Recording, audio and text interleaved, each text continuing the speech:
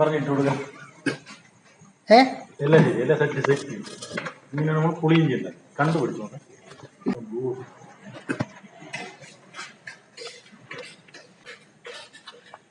ഇപ്പൊ അതും കൂടെ റെക്കോർഡായി.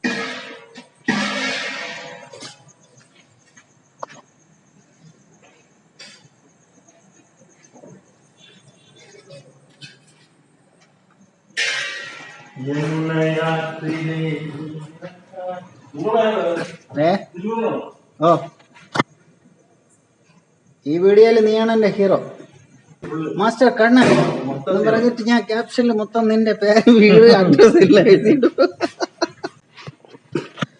ഗൈസ്, ഇന്ന് ഞങ്ങളുടെ വർക്ക് പാറശാല മഹാദേവ ക്ഷേത്രത്തിൻ്റെ മുൻവശത്ത് വലത് സൈഡിലുള്ള SK ഓഡിറ്റോറിയത്തിലാണ്.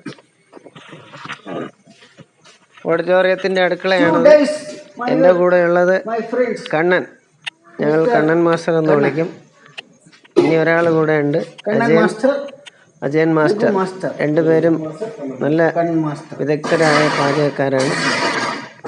സദ്യയായാലും നോൺ വെജ് ആയാലും എന്ത് വർക്ക് തന്നെയായാലും വളരെ നന്നായിട്ട് ഭംഗിയായിട്ട് രണ്ടുപേരും ഏത് ഫുഡ് വേണം നന്നായിട്ട് ചെയ്ത് തരുന്നതാണ്.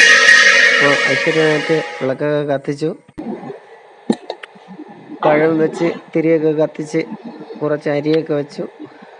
ഉരുണ്ട ശർക്കരയും കൂടെ ഗണപതിക്ക് കൊടുത്തിട്ട് ആദ്യം തുടങ്ങാൻ പറ്റുള്ളൂ. ഞങ്ങൾ വിളക്ക് കത്തിച്ചതിന് ശേഷം ഇഞ്ചി വറുക്കാൻ പോവുകയാണ്. ഇഞ്ചി നന്നായിട്ട് ഇഞ്ചിയും തേങ്ങയും കൂടെ വറുത്ത് മൂപ്പിച്ച് എരിവൊക്കെ ഇട്ട് ഇഞ്ചിക്കറി വെച്ച് മാറ്റിയതിന് ശേഷമാണ് മറ്റ് എന്തും ചെയ്യുന്നത്.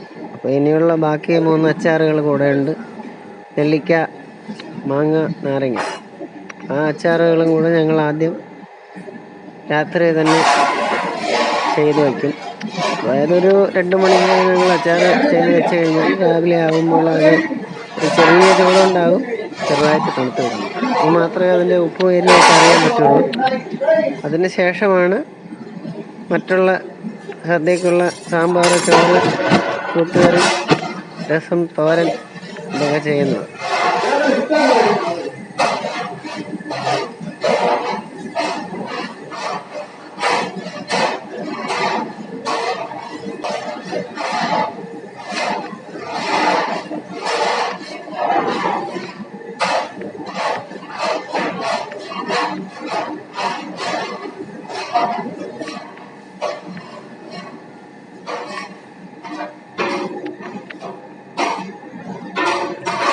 രാവിലെ 9 മണിക്കാണ് സദ്യയുടെ സമയം. നല്ല രീതിക്ക് വീഡിയോ എടുക്കാനുള്ള ഒരു സൗകര്യമൊന്നുമില്ല, സമയമില്ല. കാരണം മറ്റുള്ള ജോലികളെല്ലാം ഞങ്ങൾക്ക് 9 മണിക്ക് വേണ്ടി പോയി തീർക്കാനുണ്ട്. അതുകൊണ്ടാണ് ഈ വീഡിയോ ഇങ്ങനെ റെക്കോർഡ് ചെയ്യാൻ വേണ്ടി ഞാനൊരു സ്ഥലത്ത് വെച്ചിട്ട് കിട്ടുന്ന കുറച്ച് നേരമെങ്കിലും റെക്കോർഡ് ചെയ്തെടുക്കാമെന്ന് വെച്ച്.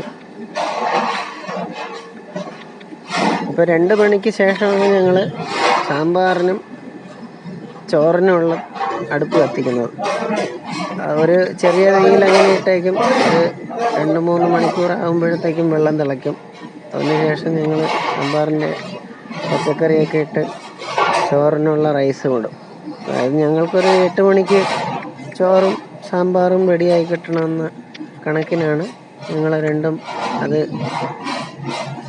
പാത്രത്തിലോട്ടിടുന്നത്. അപ്പോൾ ഇതിനാലിടയ്ക്ക് മറ്റുള്ള സാധനങ്ങളൊക്കെ ഞങ്ങൾ ചെയ്യും. കൂട്ടുകറി, തോരൻ, രസം, കാളൻ, ഓലൻ, അവിയൽ, പച്ചടി, കിച്ചടി എല്ലാം ഒരു 4 മണിക്കുള്ളിൽ തന്നെ വേവിച്ച് റെഡിയാക്കി വയ്ക്കും. അത് രാവിലെ അരച്ച് ഞങ്ങൾ തേങ്ങയും തൈരും ഒക്കെ ചേർത്ത് വേഗം റെഡിയാക്കി എടുക്കും.